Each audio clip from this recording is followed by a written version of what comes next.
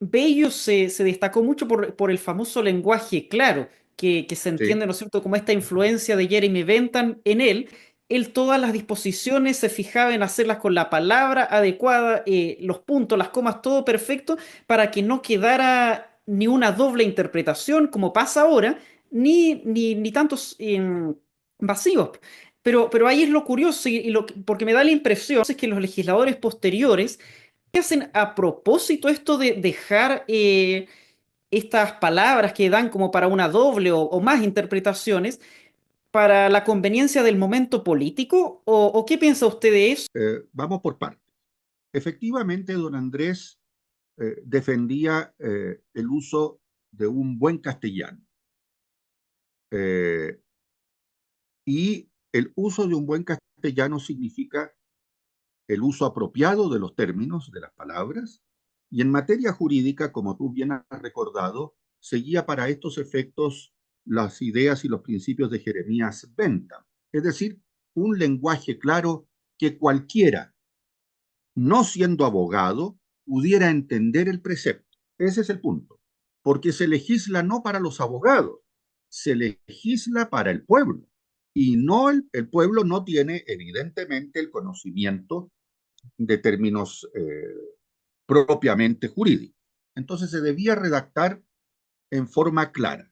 Esto no significa que fuera un lenguaje vulgar, sino que es un lenguaje claro, pero apropiado.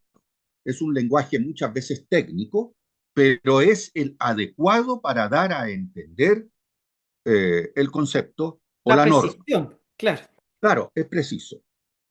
Eso con el lenguaje claro. También, si uno analiza bien el Código Civil, insisto, en su primera redacción y que sigue mucho todavía hoy, don Andrés, además de un lenguaje claro, preciso, es pedagógico, porque establece, si uno lo analiza bien, eh, lo que se va a hablar, de lo que habla la norma, es decir, hace una definición de la institución.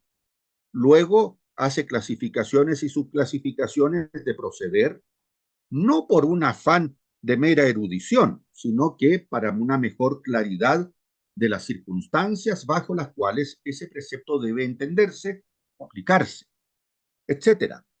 Entonces, ese concepto de claridad le permite redactar una norma eh, que idealmente todos debieran entender.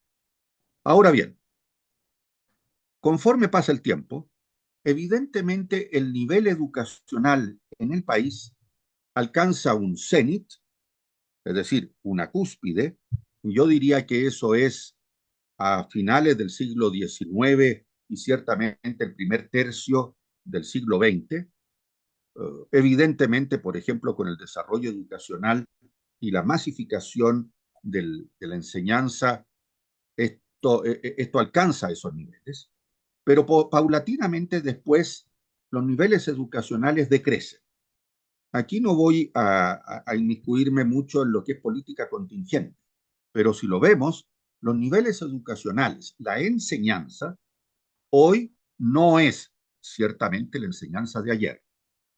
Por otra parte, del mismo modo, el nivel de quienes integran el poder legislativo, los congresistas, también ha decaído enormemente.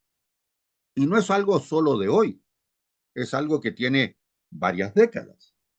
Y esto por consiguiente hace que muchas veces los legisladores confundan el uso de un lenguaje claro por un lenguaje no preciso, a veces hasta por un lenguaje vulgar. Es cosa muchas veces de oír las improvisaciones en el hemiciclo, donde muchas veces esos discursos de distintos congresistas dan pena.